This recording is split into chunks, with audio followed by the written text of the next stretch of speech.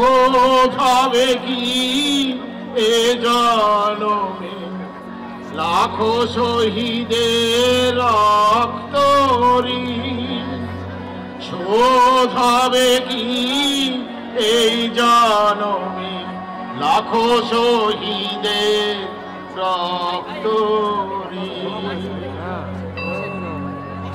জয় বাংলা বাংলার জয় ভুলি গেলেন বাহে সেই সেদিন শোধ হবে কি এ জনমে লাখো শহীদের রক্ত ঋণ শোধ হবে কি এই জনমে লাখো শহীদের রক্ত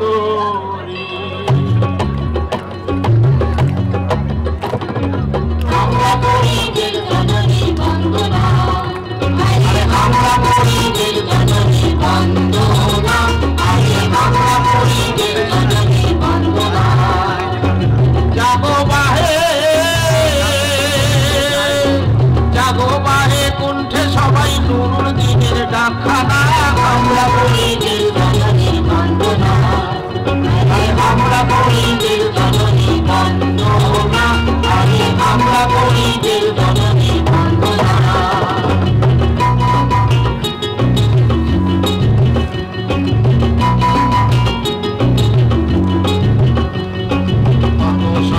ইতিহাসে আমার মাটির কাছে নীলফামারী ডোবার ডিঙ্গা সৈয়দপুরের মাঝে দিনের মায়ের চুলার ঘর ঘর গোপাল বিরাট রাজার দিঘিয়ার হরিশ্চন্দ্রের পাল কত ইতিহাস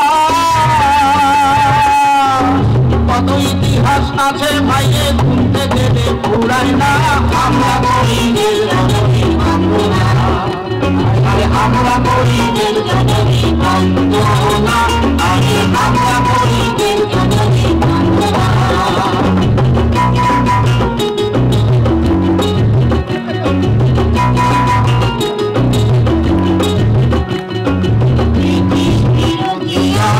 ভাগা সংগ্রামে তোমার বাকি নাম ছিলাম ভাই সে সময় হাঙ্গামে লাঠি সরকার বলল বেটা যুদ্ধ করিয়ে বুঝিয়ে দিছি আমরাই বাপের বেটা তাই বুকের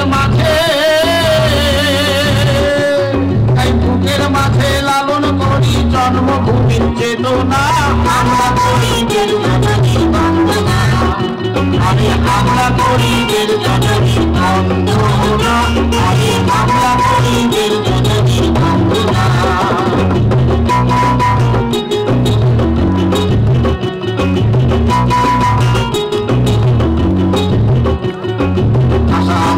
মুক্তিযুদ্ধ আন্দোলন সংগ্রামে এই দেশের মানুষ ছিলাম সমান কালে বুদ্ধিজীবী রাজনীতিবিদ মুক্তিযুদ্ধ কালে শহীদ হয়ে ঘুমিয়ে আছে এই মাটির তলে তাদের রক্তে কেনা স্বাধীনতা শোধ হবে না সেই দেনা আমরা শহীদের জননী বন্দনা আমরা শহীদের জননী বন্দনা আমরা শহীদের জননী বন্দনা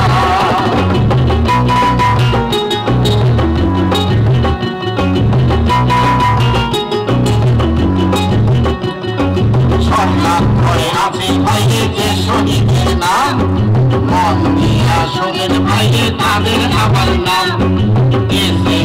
আবু ভাইয়া ডাক্তার জিতুল হক মাহতাবের আয়েজউদ্দিন ডাক্তার শামসুল হক তুলসী রাম আগ্রওয়ালা আদিয়া রহমান আমিনুল হক ইঞ্জিনিয়ার ফজলুর রহমান যমুনা প্রসাদ ডাক্তার রাজি সরোজনী মল্লিক নূর মোহাম্মদ আমার মাটির হলেন বৃক্ষহীন তাদের চরণ চিহ্ন স্মরণ ভিন্ন ইতিহাসে হবে না আমরা শহীদের জননী বন্দনা আমরা শহীদের জননী বন্দনা আমরা শহীদের জননী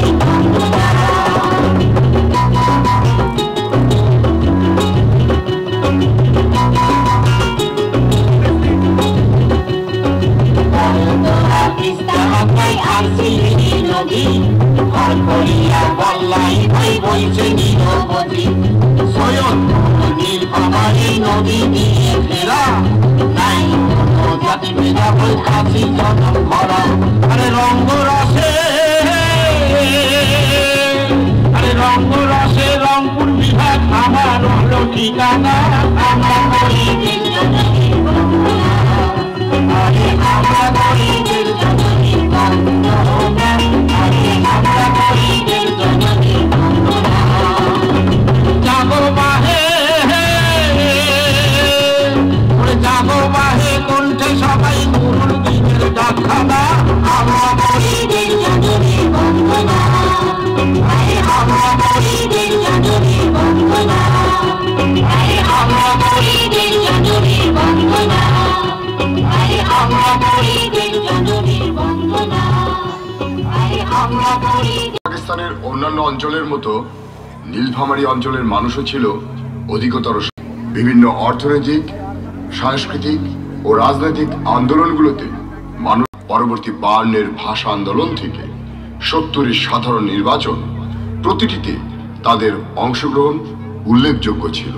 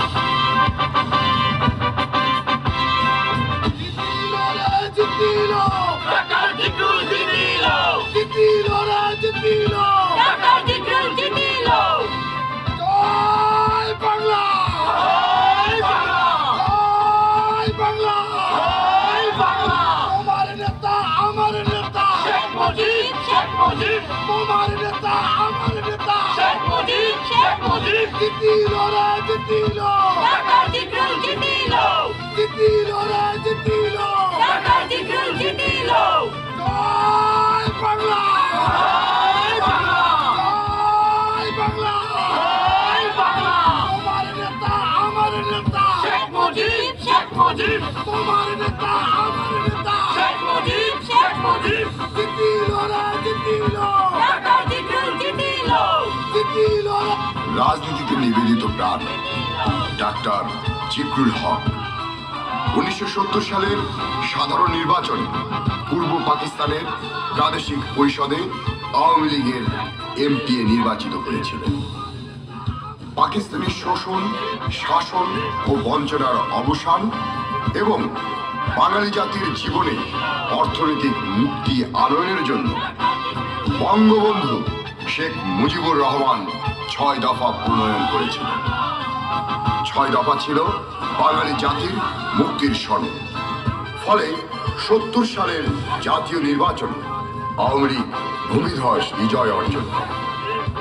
নীলফামারী জেলার 4টি আসনের মধ্যে 4টিতেই জয় লাভ করে আওয়ামী লীগ। পূর্ব পাকিস্তানের জনগণের মনে আশা জাগে দীর্ঘদিন পরে হলেও তারা ক্ষমতায় বসবে, কিন্তু একদিকে আওয়ামী লীগের 6 দফা ভিত্তিক স্বায়ত্ত শাসনের দাবি, অন্যদিকে পশ্চিম পাকিস্তানের পিপলস পার্টির শক্তিশালী কেন্দ্রীয় সরকার প্রতিষ্ঠায় অনড় মনোভাবের কারণে ক্ষমতা হস্তান্তরের জটিলতা দেখা দেয়।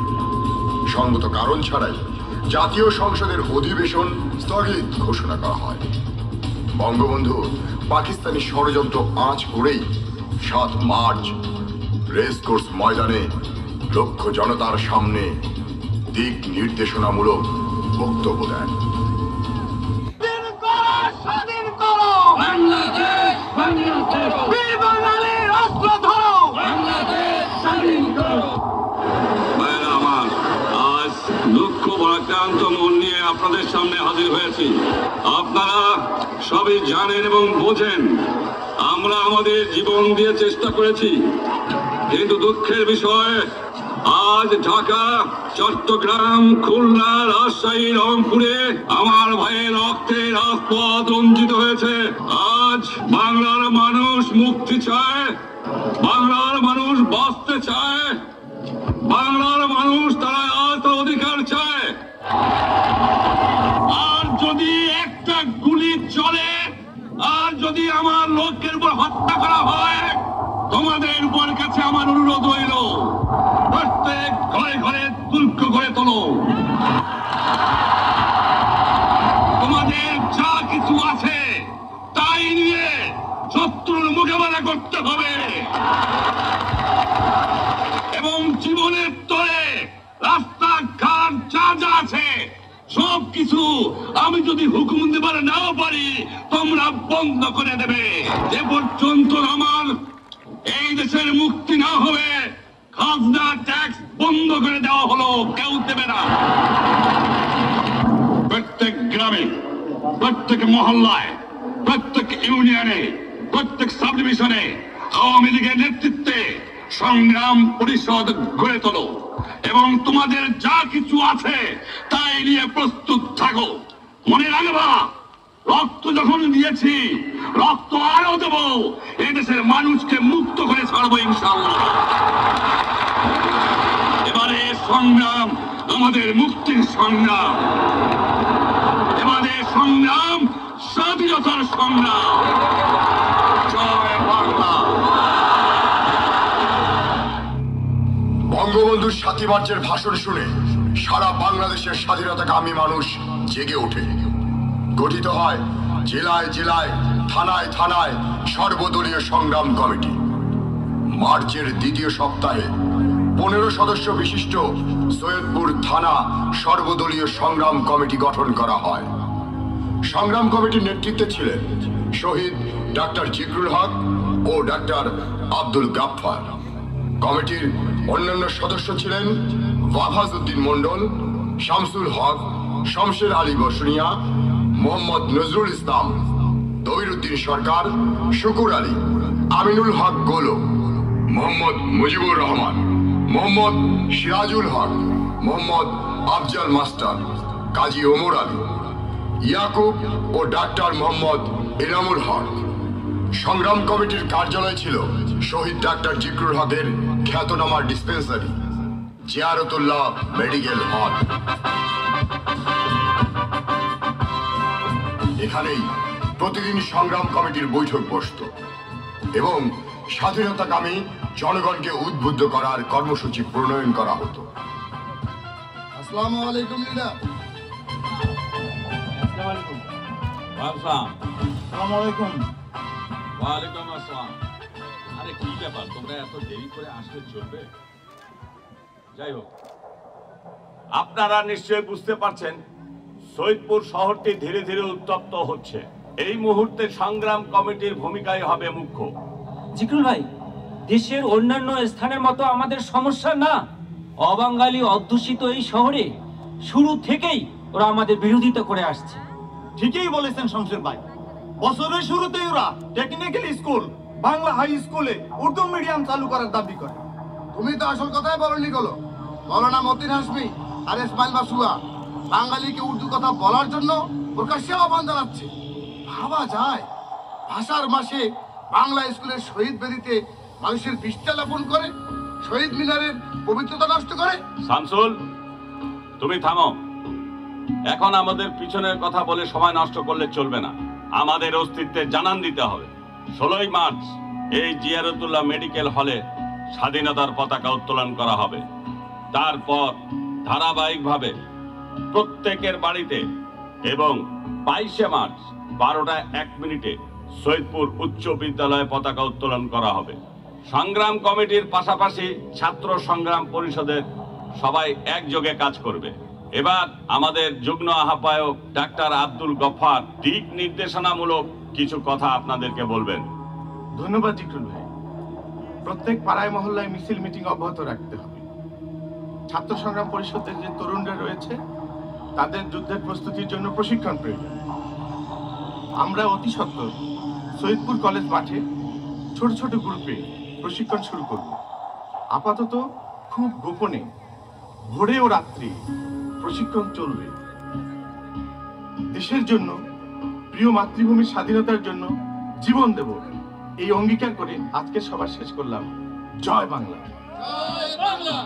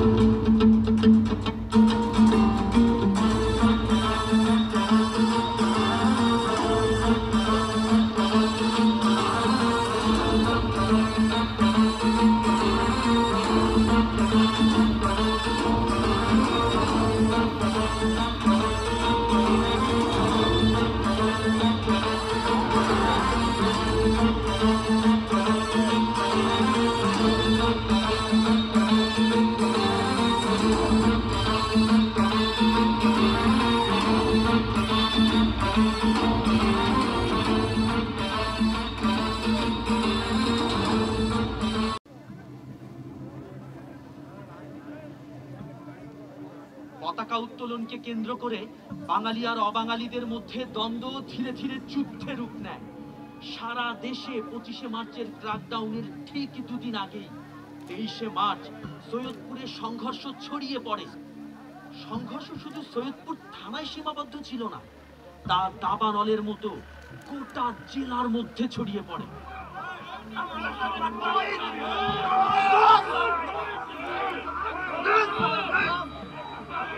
23শে মার্চ রাত বাঁশবাড়িতে অবাঙালিরা আবুল হাসিম, সার্জম্যান আব্দুল হাফিজ, রফিক, ফোরম্যান জামানকে ওরা গুলি করে হত্যা করে।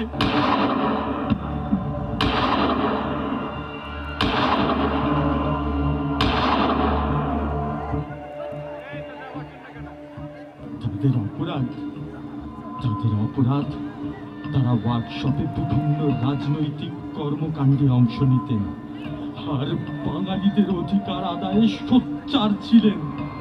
তারাই সৈয়দপুরের প্রথম শহীদ। 24শে মার্চ সংঘর্ষ ব্যাপক আকার ধারণ করে। বাঙালি হত্যাকাণ্ডের খবর পেয়ে সৈয়দপুরের বিভিন্ন ইউনিয়ন থেকে হাজার হাজার লোক ছুটে আসে, জড়ো হয় সৈয়দপুর শহরের চারিদিকে।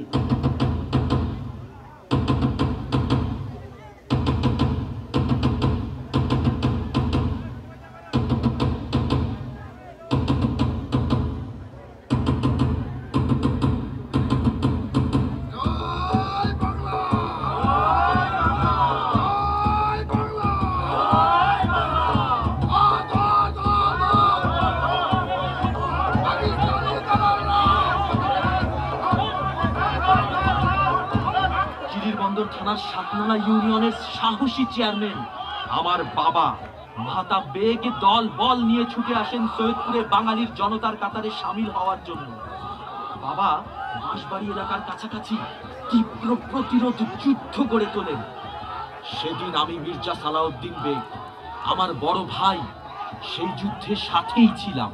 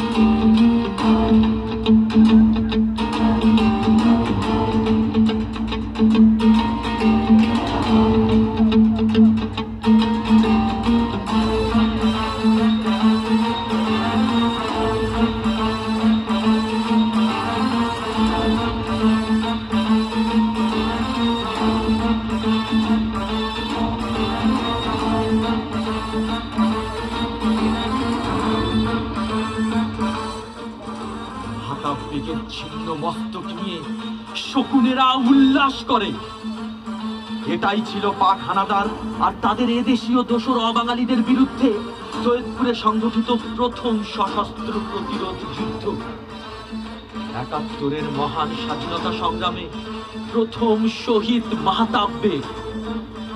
শুরু হলো রক্তে ভেজা করুণ কাব্যগাথা।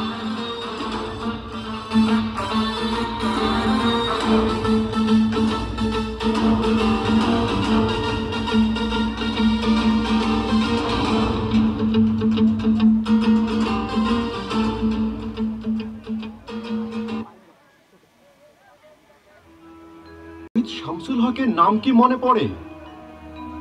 শহরের ওই মাছবাজার রোডটি ওনার নামে নামকরণ হয়েছে। আমি তারই সন্তান, সাকাওয়াত হোসেন খোকন। আমি সৈয়দপুর সরকারি কলেজে অধ্যাপনা করেছি, এখনো বেঁচে আছি। বাবার স্মৃতি বুকে ধরে। আমার বাবা শামসুল হক ছিলেন জনপ্রিয় চিকিৎসক। তিনি ছিলেন সৈয়দপুর থানা আওয়ামী লীগের সহসভাপতি, সর্বদলীয় সংগ্রাম কমিটির আহ্বায়কও ছিলেন বাবা। তার নেতৃত্বে শহরে স্বাধীনতার তুমুল আন্দোলন ছড়িয়ে পড়ে। শহরের পরিস্থিতি খারাপ হয়ে উঠলে 23 মার্চ রাতে আমাদের পুরো পরিবার শহর ছেড়ে পাশের গ্রাম ধলাগাছে চলে যায়। বাবা আমাদের সাথে গেলেন না, বললেন আমি যদি এই শহর ছেড়ে পালিয়ে যাই তাহলে এই শহরের বাঙালিরা ঝুঁকিতে পড়বে। তাই বাবা থেকে যান শহরের ওই বাসাতেই। 25 মার্চ রাতে পাকিস্তানি আর্মি ব্যাপক হারে রাজনৈতিক ও সাংস্কৃতিক ব্যক্তিদেরকে গ্রেপ্তার করে সৈয়দপুর সেনানিবাসে নিয়ে যায়। ডাক্তার জিকরুল হক, বাবা Shamsul Haque, doctor SM Yakub, doctor Badiuzzaman, Tulsiram Agarwala, Jamuna Prasad Kedia, Rameshwar Lal Agarwala, Phulchand Kedia, Hariram Singhania, Mohammad Aizuddin সহ প্রায় 150 থেকে 200 বিশিষ্ট ব্যক্তিকে গ্রেপ্তার করা হয়। সৈয়দপুর সেনানিবাসে চলে তাদের উপর অমানবিক অত্যাচার।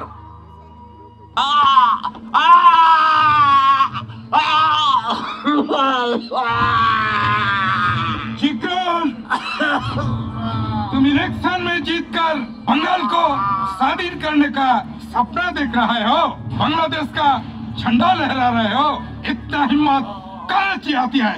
बोल साले पाकिस्तान जिंदाबाद, बोल बोल साले बोल पाकिस्तान जिंदाबाद।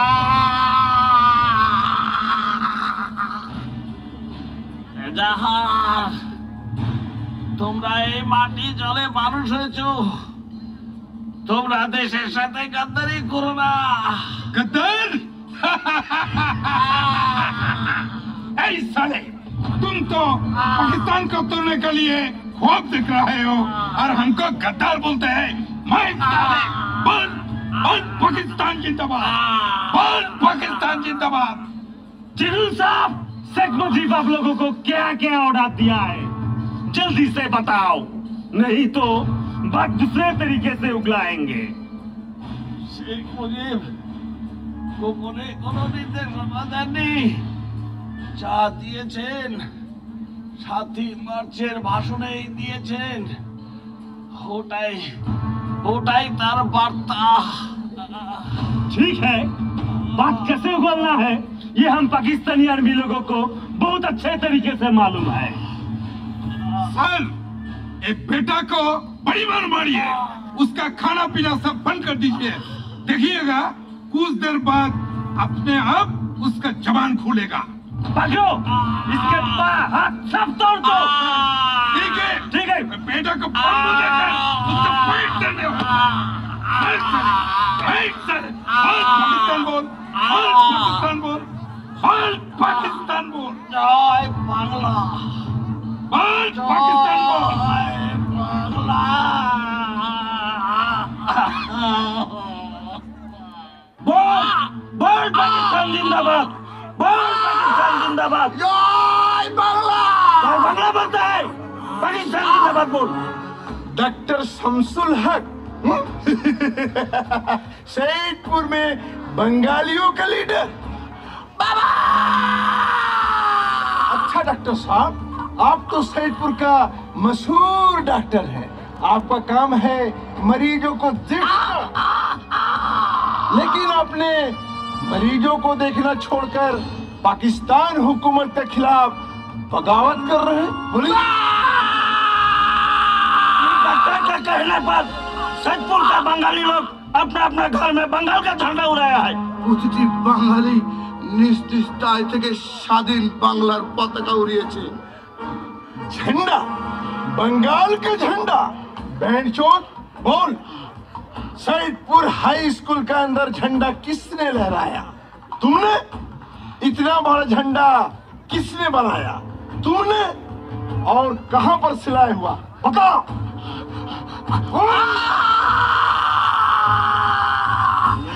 आवामी लीग का अगला प्रोग्राम क्या है? बताओ। যুদ্ধ যেহেতু শুরু হয়েছে, সম্মুখ যুদ্ধ করাই আমাদের কর্মসূচি। পেছনে ফেরার সময় নাই। গুন্ডা, তোমার মতো কিছু অবাঙালি এই বাঙালিদের সাথে বেইমানি করছো। এই জাতি তোমাদের ক্ষমা করবে না।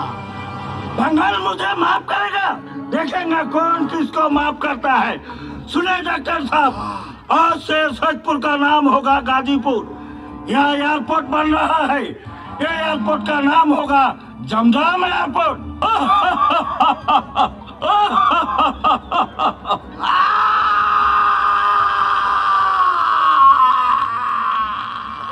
साले शंकर साले तुलसीराम बाबू, जमुना बाबू, रामेश्वर बाबू, लेकराम बाबू, आप लोग इस शहर का नामी दामी मर्चेंट हो। बंगाल का तरह कोई बुर्बक नहीं हो, इसीलिए कोई चालाकी मत करिएगा। हम लोग जैसा बोलेंगे वैसा ही करना पड़ेगा, नहीं तो जान नहीं बचेगा। আমরা আমরা ব্যবসা করে খাই, রাজনীতি করি না। আমাদের কি অন্যায়? আমাদের কেন ধরে এনেছেন? सलीम खान रुस्तम गुंडा आप लोग का घर से बैंक का चेक लेकर आया है, चेक में साइन करिए। জীবন চলে গেল, স্বাক্ষর করব না। যমুনা বাবু, আমাদের ব্যাংকের টাকা তুলে নিয়ে ওরা কি আমাদের বাঁচিয়ে রাখবে? रामेश्वर बाबू, सच्चा पाकिस्तानी का जवान एक है, मैं मेजर कमल जवान आप लोगों से वादा कर रहा हूँ, चेक में साइन करने से छोड़ दूंगा। কেউ থেকে সাইন করবে না, ওদের কথাই কেউ ভুলবে না, ওদের বিশ্বাস করা বোকামি হবে। সালা लेकराम बाबू, आप जानबूझ के खतरा मोल रहे हैं।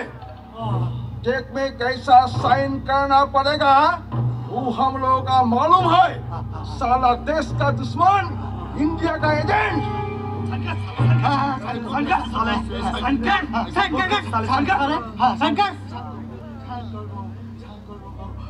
सुनो बाबू लोग, सोना चांदी कहाँ पर रखा हुआ है? जल्दी से बोलिए। सलीम खान और रुस्तम गुंडा को बर्दाश्त नहीं हो रहा है, ईसा बूढ़ों का नजरा है।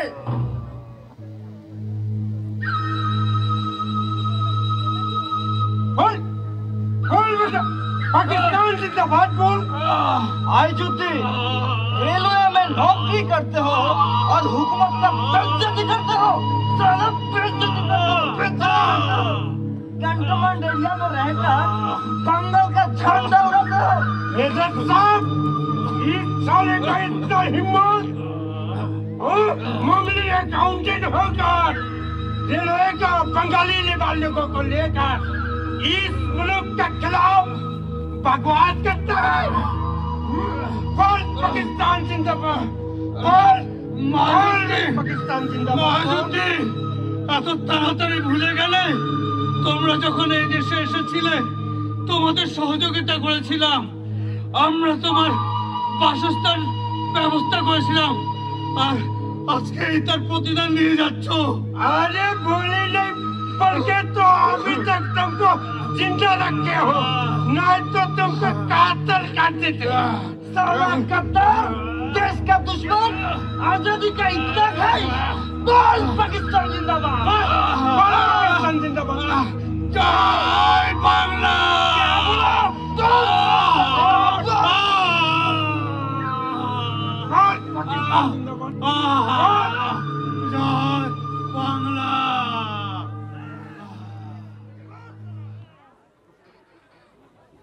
বাবাকে সৈয়দপুর সেনানিবাসের কোয়ার্টার গার্ডে নিয়ে নির্মমভাবে নির্যাতন করা হয়, কিন্তু মোটেও টলাতে পারেনি তাকে।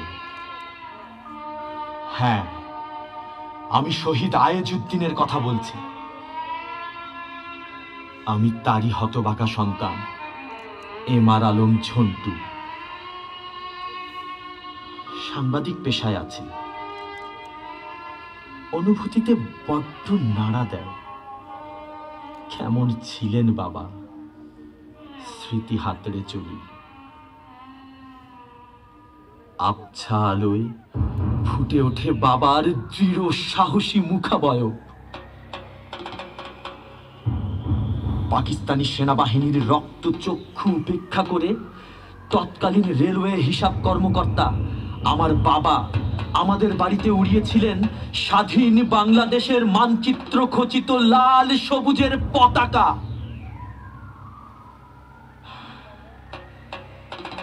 পাকিস্তানি আর্মিরা যখন বাবাকে ধরে নিয়ে যাচ্ছিল, বাবা শুধু একটা কথাই বলেছিলেন, আমি হয়তো ফিরে আসব না, কিন্তু দেশ স্বাধীন হবেই।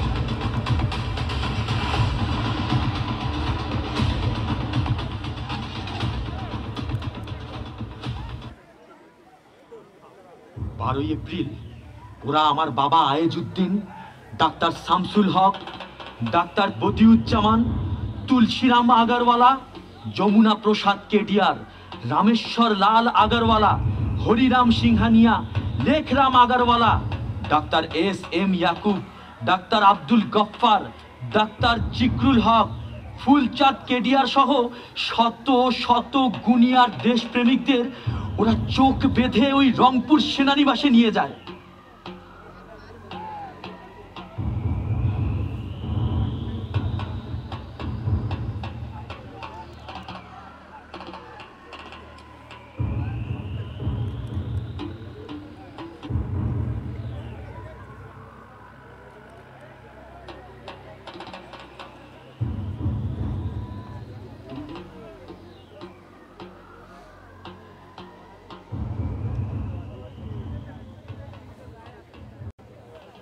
সেখানে নির্যাতনের পর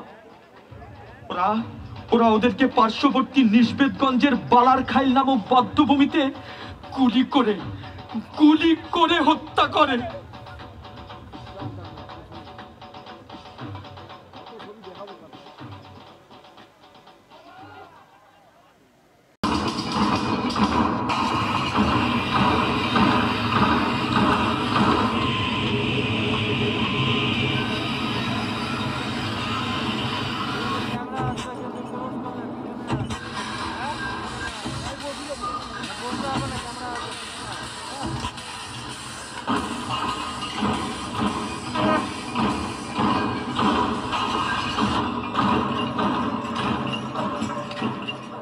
রেলওয়ে শহর আমাদের সৈয়দপুর।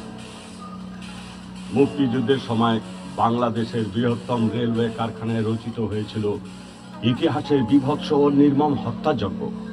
৭ই মার্চ বঙ্গবন্ধুর ভাষণে স্বাধীনতার ঘোষণা ও অসহযোগ আন্দোলনের ডাক দেওয়ার পর সৈয়দপুর রেলওয়ে কারখানায় বাঙালিরা কর্মস্থলে যোগদান বন্ধ করে দেন। পরিস্থিতি ধীরে ধীরে ভয়াবহ হতে থাকে।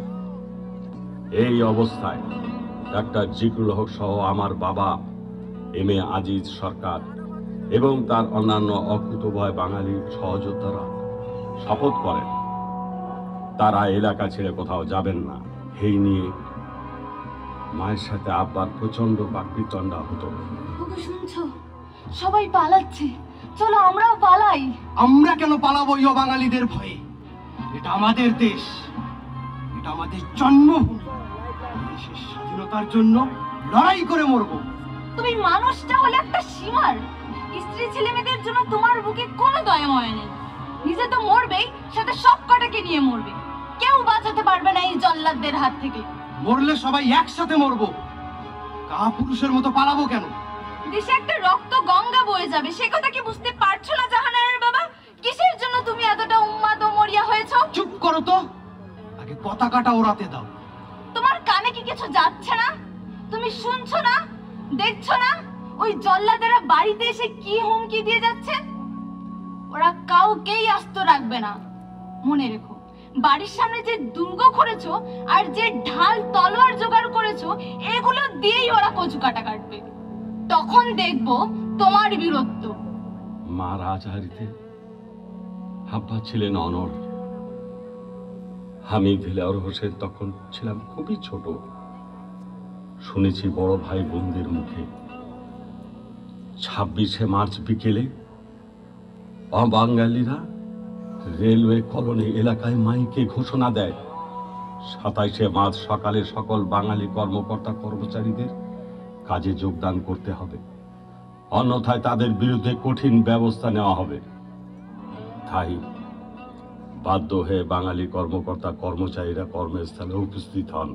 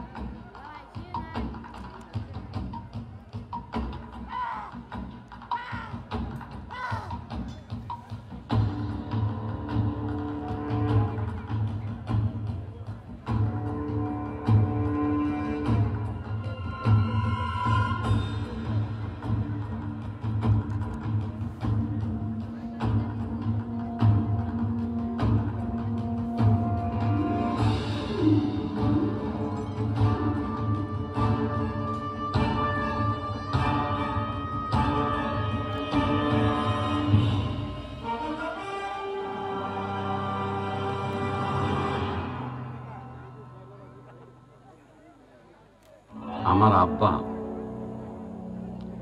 এম.এ. আজিজ ছিলেন রেলওয়ের স্টোর ও অ্যাকাউন্টস অফিসার।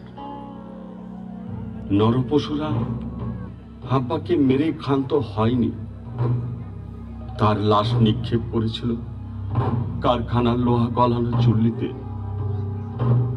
শুধু আব্বাকে নয়, 14, 15, 16 এপ্রিল রেলওয়ে কারখানার ভিতর সবচেয়ে বড় গণহত্যা সংগঠিত হয়। কর্মকর্তা কর্মচারী এবং শহরের সাধারণ মানুষকে জীবন্ত নিক্ষেপ করা হয় জ্বলন্ত চুল্লিতে।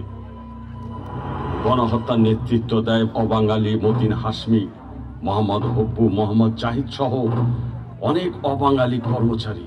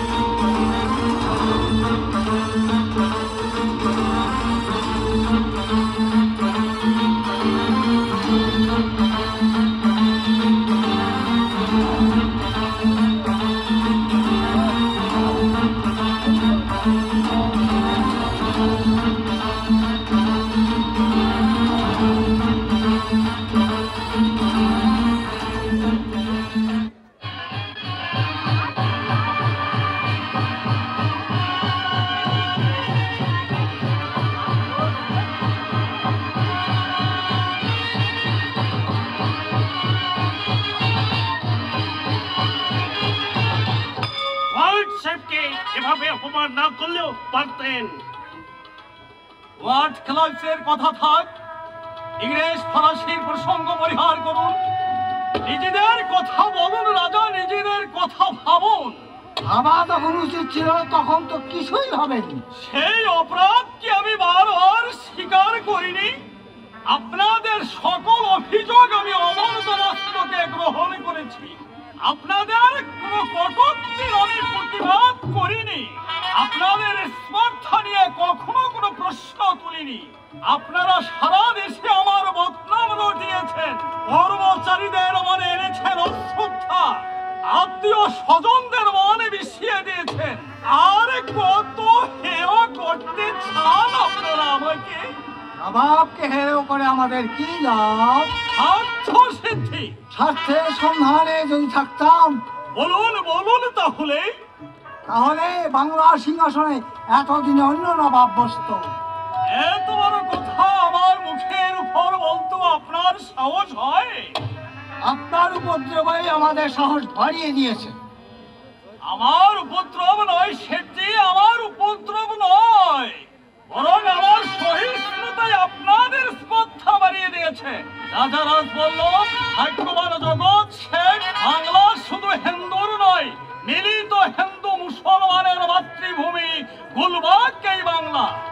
অপরাধ আমি যা করেছি তা মিলিত হিন্দু মুসলমানের কাছেই করেছি। আঘাত যা পেয়েছি তাও মিলিত হিন্দু মুসলমানের কাছ থেকেই পেয়েছি। পক্ষপাতিত্বের অপরাধে আমরা কেউ অপরাধী নই। সুতরাং আমি মুসলমান বলে দয়া করে আপনারা আমার উপর কেউ বিমুখ হবেন না। সে দেখুন বাংলার ভাগ্য আকাশে আজ দুর্যোগের ঘনঘটা, তার শ্যামলে প্রান্তে আজ রক্তের আলপনা, জাতির সৌভাগ্য সূর্য অস্তাচলে। কে তাকে আশা দেবে? কে শুনাবে জাগরণের সেই অভয় বাণী? ওঠো মা ওঠো, মস্য তোমার অশ্রুজল, 7 কোটি সন্তান হিন্দু মুসলমান, জীবন দিয়ে রোধ করব মরণের অভিযান। আপনারা মঞ্চে সিরাজউদ্দৌলা নাটকের যাত্রাভিনয় দেখছেন। অভিনয় করছেন নূর মোহাম্মদ, আমার বাবা। আমি এই শহরেই বাস করি, নতুন বাবুপাড়ায়। আমার নাম রাহেলা খাতুন। আজও আমি বেঁচে আছি বাবার স্মৃতি নিয়ে। বাবা মঞ্চে জাদু করছিলেন।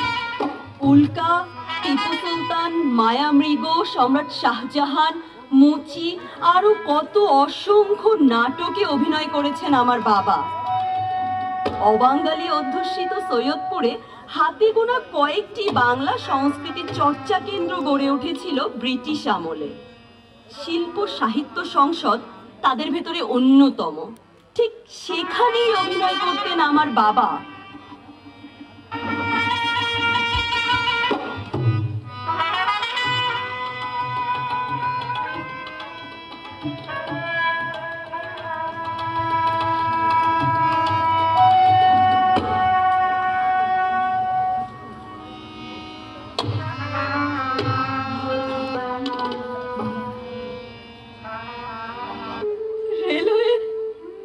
রেলওয়ে কারখানা গেটে একদল অবাঙালি 15 এপ্রিল এলো পাতাড়ে কুপিয়ে নির্মমভাবে হত্যা করে বাবাকে।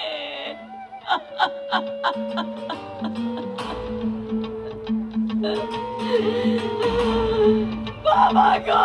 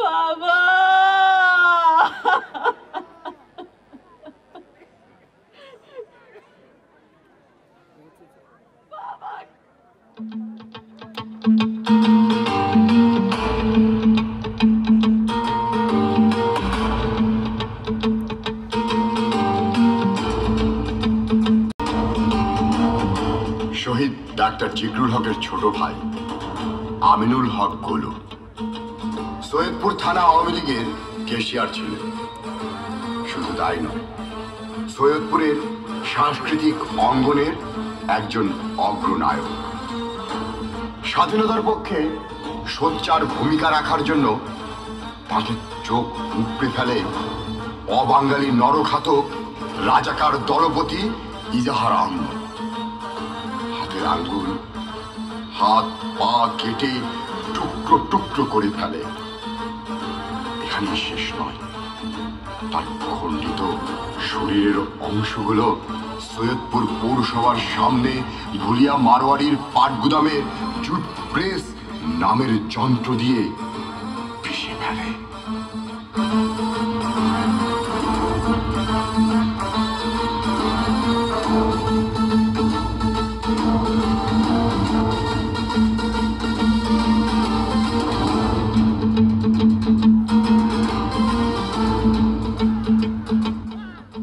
একুশের দিনে শহীদের খুনে রঙে ছিল রাজপথ, রঙে ছিল রাজপথ। Doctor SM. ইয়াকুবের কথা কি মনে পড়ে? অমর একুশকে নিয়ে তার রচিত এ গান আজও আমাদের অন্তরে গেঁথে আছে। পেশায় ছিলেন একজন চিকিৎসক। পাকিস্তানি শোষকদের অরাজকতায় যখন বাংলার মানুষদের অস্তিত্ব সংকটাপন্ন, তখন বাঙালিদের অধিকার আদায়ে তিনি ছিলেন সোচ্চার। 1971 সালের 12 এপ্রিল শকুনেরা নির্মমভাবে হত্যা করে তাকে।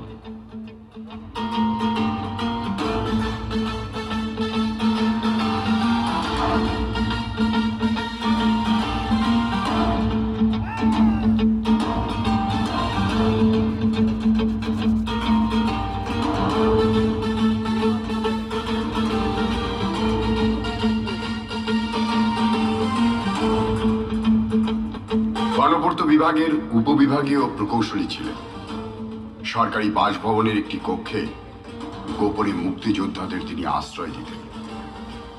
সেই অপরাধে পাকিস্তানি সেনারা ফজলুর রহমানের সাথে তার ভাই ও ভাগনাকে হাত পা বেঁধে সকলকে একসঙ্গে গুলি করে হত্যা করে সৈয়দপুর বিমানবন্দর সংলগ্ন একটি কূপে ফেলে দেয়। কূপটি এখন সাক্ষী বহন করছে।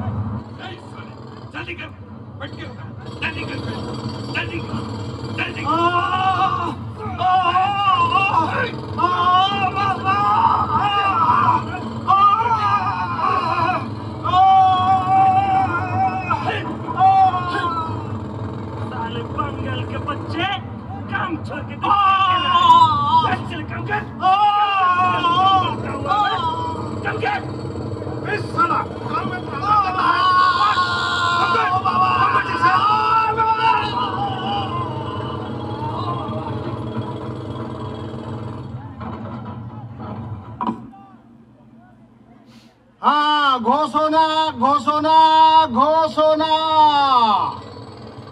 ঘোষণা ঘোষণা ঘোষণা, একটি বিশেষ ঘোষণা। হিন্দু ও মারওয়ারি আদিবাসীগণ, আপনারা ভারতে যাইবার জন্য প্রস্তুত হন। আপনাদের ভারতে যাইবার জন্য একটি বিশেষ ট্রেনের ব্যবস্থা করা হইয়াছে। ট্রেনটি আগলা 13 জুন সকাল 5টায় সৈয়দপুর রেল স্টেশনে উপস্থিত থাকবে। সৈয়দপুর থেকে চিলাহাটি সীমান্ত অতিক্রম করিয়া আপনাদের ভারতের জলপাইগুড়িতে পৌঁছাইবে। ঘোষণা ঘোষণা ঘোষণা, একটি বিশেষ ঘোষণা। হিন্দু ও মারওয়াড়ি আদিবাসীগণ, আপনারা ভারতে যাইবার জন্য প্রস্তুত হন। লপেটকে আপনাদের জন্য একটি স্পেশাল ট্রেন তৈরি হইয়াছে। ট্রেনটি সৈয়দপুর রেল স্টেশন হইতে চিলাহাটি সীমান্ত অতিক্রম করিয়া ভারতের জলপাইগুড়িতে পৌঁছাইবে।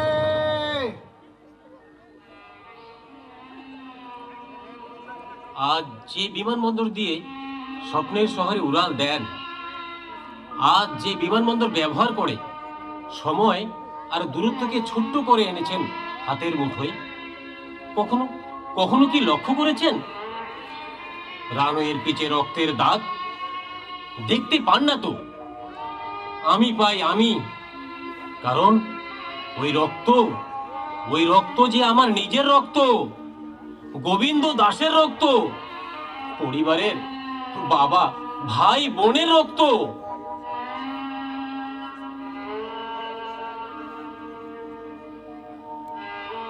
আমি শ্যামলাল আগরওয়াল দেখতে পাই আমার রক্ত, আমার ভাইদের রক্ত। মুক্তিযুদ্ধের শুরুতেই বিমানবন্দরের নির্মাণ কাজ শুরু হয়। শহরের ধনী ব্যবসায়ী পরিবারের যুবক বৃদ্ধ সবাই হয়ে গেলাম শ্রমিক। যে বাবা কোনোদিন এক গ্লাস জল নিজে তুলে খাননি, তাকেও হাতে নিতে হয়েছিল কোদাল অথবা মাথায় মাটি ভর্তি ঝুড়ি। শরীরে ক্লান্তি আসলেই চলতো চাবুক। মারওয়ারি পট্টির সবাই হয়ে গেলাম শ্রমিক, না বললেই নিশ্চিত মৃত্যু।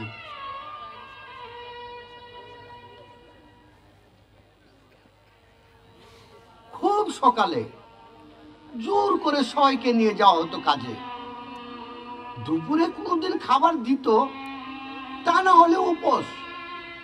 আমি তপন দাস কার্পু, আমার পরিবারের সবাই কাজ করেছি এই বিমানবন্দরে। এভাবে চললো 12 জুন পর্যন্ত। 13 জুন আসে সেই দিন যেদিন স্তব্ধ হয়ে গিয়েছিল শহরের আকাশ বাতাস, পশু পাখি। রচিত হয়েছিল ইতিহাসের ভয়াবহ দৃশ্যপট। তার আগে 12 জুন আমরা শেষ ঘোষণাটি শুনতে পাই। হ্যাঁ, ঘোষণা ঘোষণা ঘোষণা ঘোষণা ঘোষণা ঘোষণা, একটি বিশেষ ঘোষণা। আপনাদের যে বিশেষ ট্রেনের কথা বলিয়াছিলাম, সেই ট্রেন রেডি হয়ে গিয়েছে। আগামীকাল সকাল 5টায় সৈয়দপুর রেল স্টেশনে উপস্থিত থাকবে। একটা কথা মনে রাখবেন, হিন্দু ও মারওয়াড়ি লইয়া ট্রেনটি রওনা হইবে। আপনাদের যাতে একঠা হইতে বিলম্ব না হয়, তার জন্য ভোর 4টার সময় 3 বার সিটি মারিবে। পয়লা সিটি ঘুম থেকে জাগিয়া উঠিবার জন্যে, दूसरा সিটি तैयारी হওয়ার জন্যে, और तीसरा সিটি বাজিবে রওনা হওয়ার জন্য। হ্যাঁ, শুনেন লপেট কে ঘোষণা ঘোষণা ঘোষণা, একটি বিশেষ ঘোষণা। হিন্দু মারোয়াড়ি আদিবাসীগণকে লইয়া ট্রেনটি ভারত মে যাইবে। এই শান্ত নিরিবিলি শহরে একটি সিটির জন্য আমাদের জেগে উঠতে হবে। অর্থাৎ আমরা এমন গাঢ় ঘুমে আচ্ছন্ন হয়ে যাব যে আমাদের স্বাভাবিক নিদ্রা ভঙ্গ হবে না। প্রয়োজন শব্দের, কান ফাটানো শব্দ, এমন একটি অদ্ভুত শব্দ যে শব্দ শুনে আতঙ্কিত মানুষ ট্রেনে প্রবেশ করে।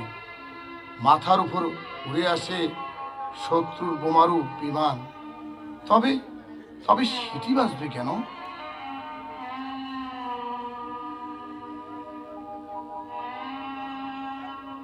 প্রতারকরা তাদের সব জাল গুটিয়ে এনেছে। তাদের পাতা ফাঁদে পঙ্গপালের মতো ঝাঁপিয়ে পড়ে হিন্দু আর মারোয়াড়ি পরিবারের প্রায় 500 জন মানুষরূপী জড়বস্তু। বিমানবন্দর কাজ শেষে আমি সহ আরো অনেককেই আটকিয়ে রাখা হয়েছিল ওই সেনাবাহিনীর ক্যাম্পে। ওই দিন ভোরে আমাদের নিয়ে আসা হয় স্টেশনে।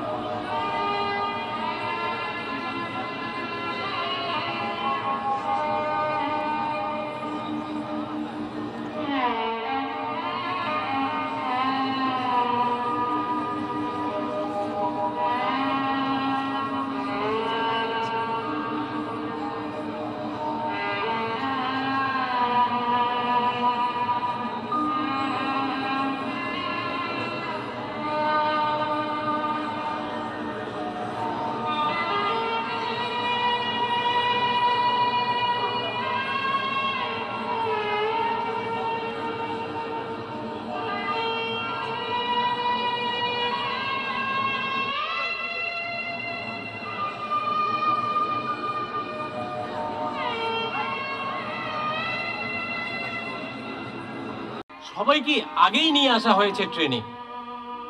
আমরা নিরুপায় হয়ে সবাই উঠে বসলাম ট্রেনে। ট্রেন ছাড়ার পূর্বে 20 জন তরুণীকে বাছাই করে সেনাবাহিনীর গাড়িতে তুলে নিয়ে যাওয়া হয়।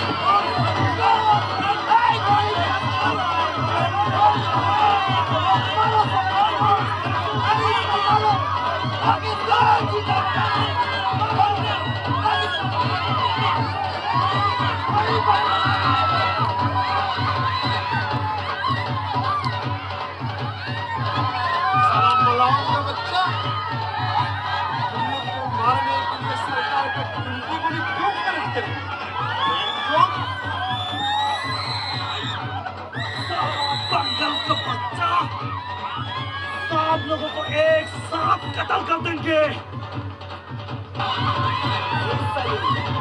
तेरे पास क्या है? निकल निकल, निकल। आ जा मेरी जान, तुम भी खुश हो जाओगी, हमारा बेटी भी खुश हो जाएगा। आओ आओ।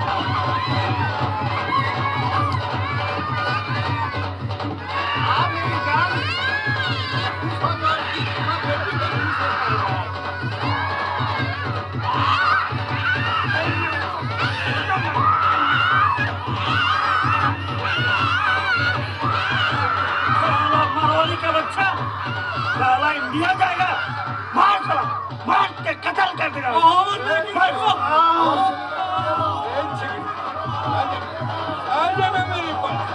अरे सालिया, हमारा एक बच्चा क्या अरे सालिया,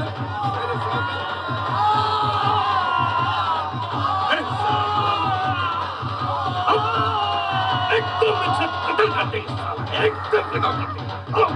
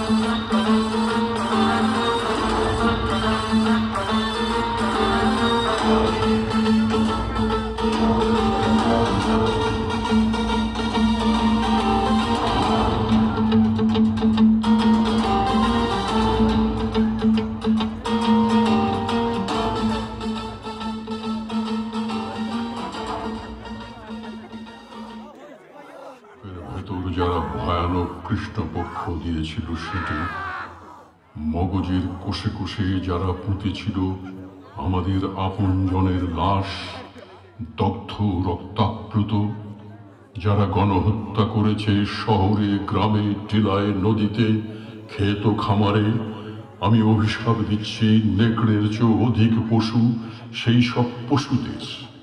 অভিশাপ দিচ্ছি ওদের তৃষ্ণায় পানপাত্র প্রতিবার কানায় কানায় রক্তে উঠবে ভরে, যে রক্ত বাংলায় বইয়ে দিয়েছে ওরা হিংস্র জোয়ারের মতো। অভিশাপ দিচ্ছি এতটুকু আশ্রয়ের জন্য, বিশ্রামের কাছে আত্মসমর্পণের জন্যে দ্বারে দ্বারে ঘুরবে ওরা। প্রতায়িত সেই সব মুখের উপর দ্রুত বন্ধ হয়ে যাবে পৃথিবীর প্রতিটি কপাট। অভিশাপ দিচ্ছি, অভিশাপ দিচ্ছি, অভিশাপ দিচ্ছি। আমি দাম দিয়ে কিনেছি বাংলা, কারো দানে পাওয়া নয়।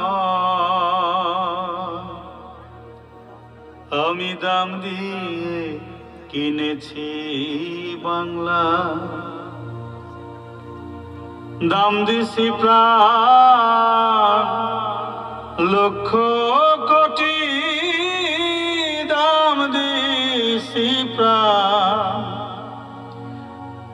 লক্ষ কোটি। জানাই আছে জগৎময়, আমি দাম দিয়ে কিনেছি বাংলা। 1757 সনে ওরে ভাইবা দেখে পড়বে মনে, দাম দিছি পলাশির মাঠে, ইতিহাস তার সাক্ষীর। আমি দাম দিয়ে কিনেছি বাংলা, দাম দিয়াছি বুদ্ধিজীবী নামি দামি লোক কত, এই জনমে ফুরাবে কি আমার বুকে সেই ক্ষত। ওরে 1971 সনে ওরে 16 ডিসেম্বর সকালে অবশেষে দুঃখী নিয়ে বাংলা মাঝে আমার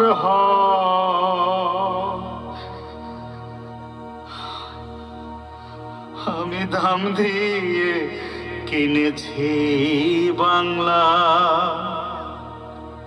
কারো দানে পাওয়া নয়। আমি দাম দিয়ে কিনেছি বাংলা।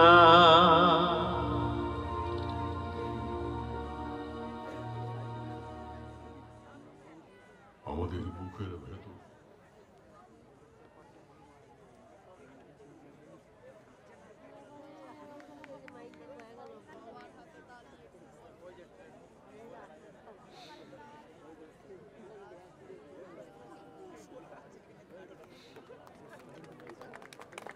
in everybody in